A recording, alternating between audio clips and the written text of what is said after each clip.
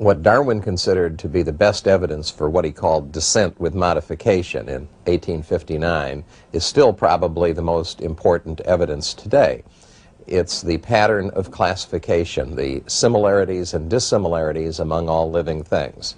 They virtually all have the same genetic code, but then they split into categories. You have human beings within the class, within the group of primates, within the mammal class, within the vertebrate subphylum, within the animal kingdom, within the eukaryote superkingdom, you might say, that this suggests, to a certain kind of imagination at any rate, the notion that there were common ancestors that define each group. All mammals had a common ancestor with the characteristic that defines the class of mammals, and that they have inherited that characteristic.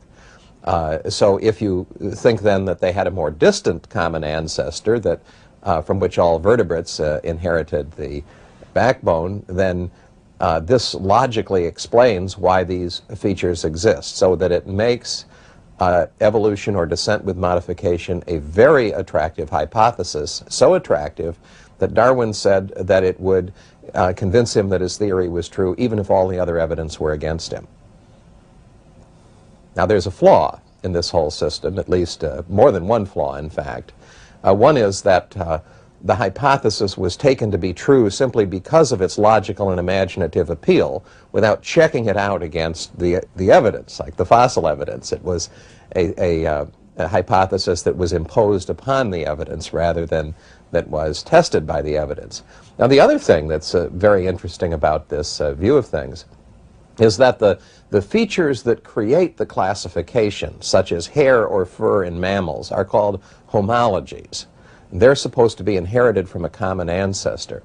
But in fact, in a great many cases, the homologies are traceable to different parts in the embryo and to different genes.